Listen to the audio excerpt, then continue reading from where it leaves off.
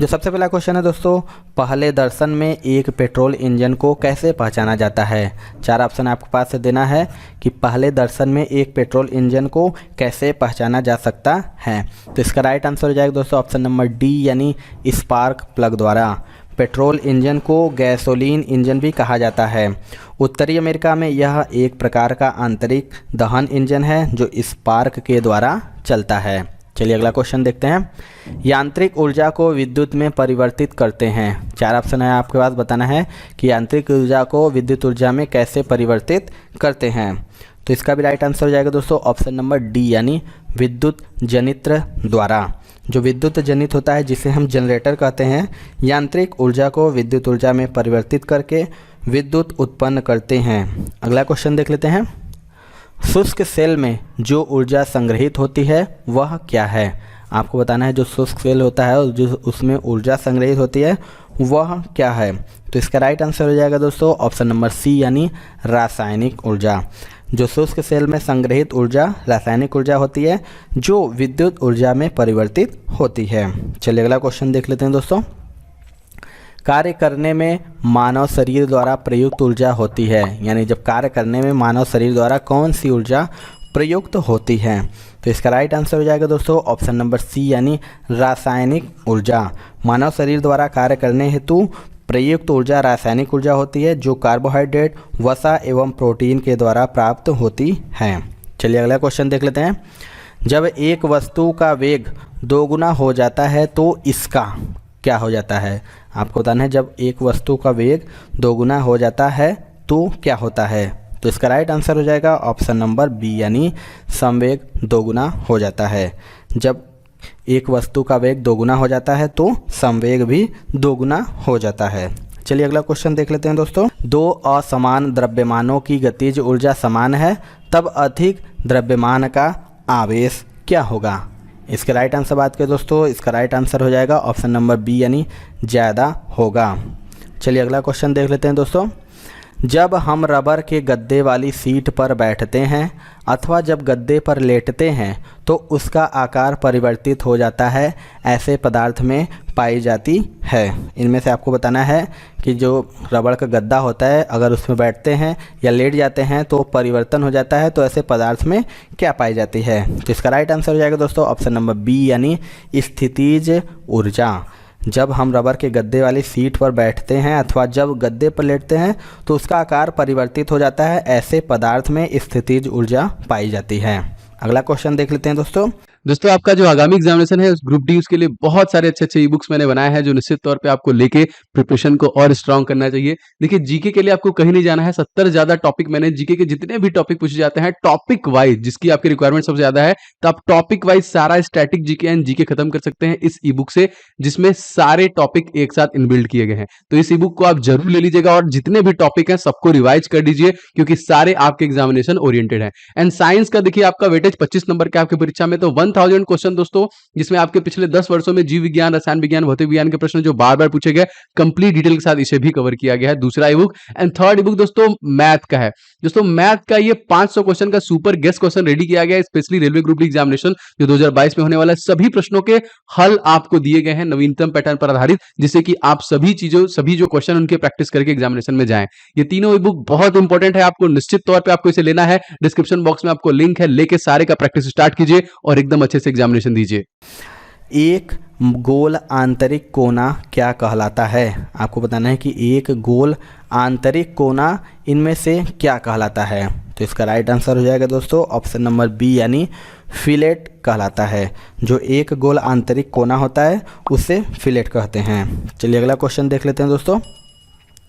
Rail की पटरियों के नीचे चौड़े लकड़ी के पट्टे लगाए जाते हैं क्यों। आप सभी लोगों ने देखा होगा कि रेल के पटरियों जो नीचे चौड़े लकड़ी के पट्टे जो लगाए जाते हैं वो क्यों लगाए जाते हैं। तो इसका जो राइट आंसर हो जाएगा दोस्तों ऑप्शन नंबर डी हो जाएगा, गाड़ी द्वारा उत्पन्न दबाव को कम करने के लिए। तो आप सभी जानते होंगे कि रेल के पटरियों के नीचे चौड़े लकड़ी के पट्टे जिसे स्लीपर भी कहते हैं लगाया जाता है, जिससे गाड़ी द्वारा उत्पन्न दबाव को कम किया जा सके। चलिए अगला क्वेश्चन देख लेते हैं। रेल पथ में फिश प्लेट का काम है। आपको बताना है कि जो रेल पथ है, ये सारे के सारे मोस्ट इंपॉर्टेंट क्वेश्चन है दोस्तों, स्पेशली रेल से संबंधित है, रेलवे से। तो आपको बताना है रेल पथ में फिश प्लेट का क्या काम है। तो इसका राइट आंसर हो जाएगा दोस्तों ऑप्शन नंबर ए, यानी दोनों पटरियों को जोड़े रखना। रेल पथ में जो फिश प्लेट का कार्य दोनों पटरियों को जोड़े रखना होता है। चलिए अगला क्वेश्चन देखते हैं। इंजन से पावर आवेगों को शिथिल करने के लिए प्रयुक्त है। 4 ऑप्शन है आपके पास, बताना है कि इंजन से पावर आवेगों को शिथिल करने के लिए क्या प्रयुक्त है। तो इसका राइट आंसर हो जाएगा दोस्तों ऑप्शन नंबर ए, यानी क्लच। जो इंजन से पावर आवेगों को शिथिल करने के लिए क्लच का प्रयोग करते हैं, क्योंकि यह गियर और गियर बॉक्स को इंजन से मुक्त कर देता है, जिससे शक्ति को कार्य में संपरिवर्तित नहीं कर पाता है। ये भी मोस्ट इंपॉर्टेंट क्वेश्चन है दोस्तों। अगला क्वेश्चन देख लेते हैं। एक रॉकेट और एक जेट इंजन भिन्न हैं क्योंकि। इनमें से बताना है कि एक रॉकेट और एक जेट इंजन इनमें से क्यों भिन्न है। तो इसका राइट आंसर हो जाएगा दोस्तों ऑप्शन नंबर ई है। उसका राइट आंसर जो हो जाएगा दोस्तों ऑप्शन नंबर ई, सी और डी। एक रॉकेट और जेट इंजन भिन्न क्यों हो, क्योंकि रॉकेट में ऑक्सीजन की आपूर्ति की व्यवस्था उसी में होती है, जबकि जेट हवा बाहर के वातावरण से प्राप्त करता है। और हो जाएगा रॉकेट किसी यान को अंतरिक्ष तक ले जाता है, जबकि जेट नहीं। ये नहीं होगा। अगला क्वेश्चन देख लेते हैं दोस्तों। दोस्तों यदि आप रेलवे एसएससी एग्जामिनेशन तैयारी कर रहे हैं तो अनअकैडमी के टॉप एजुकेटर्स आपके लिए टॉप बैचेज 22 जून से ला रहे हैं, जिनके साथ साथ दोस्तों आप कंप्लीट प्रिपरेशन कर सकते हैं, सारे एग्जामिनेशन के सेशन कवर कर सकते हैं और आपको mock test and rage and features भी दिया जाता है। तो विजय बैच सीजीएल सीएचएसएल के लिए देखिए 22 जून से स्टार्ट हो रहा है। इसके अलावा दोस्तों कंप्लीट बैच जनरल स्टडीज 22 जून से स्टार्ट हो रहा है। बहुत सारे ऐसे बैचेज हैं like mission batch Delhi police के लिए, लक्ष्य बैच सीपीयू के लिए, एम बैच एसएससी स्टेनोग्राफर के लिए, एम बैच जीडी कांस्टेबल के लिए, सारे देखिए 22 जून से स्टार्ट हो रहे हैं, जो कि आप कंप्लीट कवर करके देगा सारा का सारा सिलेबस। आपको पूरे पाठ्यक्रम देखिए आपका पूरा का पूरा रेलवे एग्जामिनेशन के लिए भी 22 जून से स्टार्ट हो रहा है। तो आप फटाफट इसे एनरोल कर लीजिएगा अनअकैडमी प्लस सब्सक्रिप्शन लेके। और दोस्तों इसके अलावा रेस फीस जो कि आपका आस्क अ डाउट फीचर देता है, आप कभी भी अपने डाउट सेंड कर सकते हैं अनअकैडमी को और उसका सोल्यूशन ले सकते हैं। तो अनअकैडमी प्लस फीचर्स के लिए आप अनअकैडमी प्लस सब्सक्रिप्शन ले लीजिएगा और कोड इस्तेमाल करेंगे OJ10 तो आपको 10% का डिस्काउंट मिल जाएगा। तो फटाफट सब्सक्रिप्शन आप ले लीजिए। निम्न में से किसमें नॉट का उपयोग किया जाता है। 4 ऑप्शन है आपके पास, बताना है कि इनमें से किसमें नॉट का उपयोग किया जाता है। तो इसका राइट आंसर हो जाएगा दोस्तों ऑप्शन नंबर सी, यानी गति में। नॉट का उपयोग जलयानों की गति के मापन में होता है। चलिए अगला क्वेश्चन देख लेते हैं दोस्तों। पिंड का भार शून्य नहीं होगा। 4 ऑप्शन है आपके पास, बताना है कि पिंड का भार इनमें से कहाँ पर शून्य नहीं होगा। तो इसका राइट आंसर हो जाएगा दोस्तों ऑप्शन नंबर डी, यानी किसी घर्षणहीन सतह पर किसी पिंड का भार शून्य नहीं होता है, क्योंकि पिंड के भार पर उसके घर्षण का फर्क नहीं होता। चलिए अगला क्वेश्चन देख लेते हैं दोस्तों। चंद्रमा की सतह से एक चट्टान को लाया जाता है तब क्या होगा। जब चंद्रमा की सतह से एक चट्टान को लाया जाता है तब क्या परिवर्तन होगा। तो इसका राइट आंसर हो जाएगा दोस्तों ऑप्शन नंबर बी, यानी इसका भार परिवर्तित हो जाएगा किंतु इसका द्रव्यमान परिवर्तन नहीं होगा। मोस्ट इंपॉर्टेंट है दोस्तों, अगर हम चंद्रमा की सतह से किसी पिंड को पृथ्वी पर लाने पर उसका भार चंद्रमा पर उसके भार का 6 गुना हो जाएगा, जबकि उसका द्रव्यमान अपरिवर्तित रहेगा, क्योंकि द्रव्यमान स्थिर निरपेक्ष होता है और पदार्थ का एक मौलिक गुण होता है। चलिए अगला क्वेश्चन देख लेते हैं दोस्तों। बादलों की दिशा एवं गति को मापने वाला यंत्र कहलाता है। 4 ऑप्शन है आपके पास, बताना है कि बादलों की दिशा और गति को मापने वाला यंत्र क्या कहलाता है। तो इसका राइट आंसर हो जाएगा दोस्तों ऑप्शन नंबर सी, यानी नेफोस्कोप। एनीमोमीटर्स, अगर हम बात करें एनीमोमीटर की दोस्तों, तो इससे हवा की शक्ति तथा गति, और रेन गेज की बात करें दोस्तों तो वर्षा की मात्रा, और नेफोस्कोप से बादलों की दिशा एवं गति, और हाइग्रोमीटर से हम आर्द्रता का मापन किया जाता है। अगला क्वेश्चन देख लेते हैं। अल्टीमीटर से क्या नापते हैं। 4 ऑप्शन है, मोस्ट इंपॉर्टेंट ये भी है दोस्तों। आपको बताना है कि अल्टीमीटर होता है उससे इनमें से क्या मापते हैं। तो इसका राइट आंसर हो जाएगा दोस्तों ऑप्शन नंबर बी यानी भूतल से ऊंचाई। अल्टीमीटर से ऊंचाई मापी जाती है और वायुमंडलीय दाब को बैरोमीटर से मापते हैं और धारा की सामर्थ्य को वोल्ट में एवं सुनाई देने में अंतर को डेसिबल से मापते हैं। अगला क्वेश्चन देख लेते हैं दोस्तों। एक लिफ्ट में किसी व्यक्ति का प्रत्यक्ष भार वास्तविक भार से कम होता है जब लिफ्ट जा रही हो। आपको बताना है लिफ्ट में मैक्सिमम लोग बैठे होंगे, तो एक लिफ्ट में किसी व्यक्ति का प्रत्यक्ष भार वास्तविक भार से कम होता है जब लिफ्ट जा रही हो। तो इसका राइट आंसर हो जाएगा दोस्तों ऑप्शन नंबर बी यानी त्वरण के साथ नीचे। ये भी मोस्ट इंपॉर्टेंट दोस्तों, मैक्सिमम क्वेश्चन में मोस्ट इंपॉर्टेंट है। तो आपको बता दें कि जब लिफ्ट त्वरित गति से नीचे की ओर जा रही हो तो लिफ्ट में स्थित किसी व्यक्ति का प्रत्यक्ष भार उसके वास्तविक भार से कम होता है। अगला क्वेश्चन देख लेते हैं।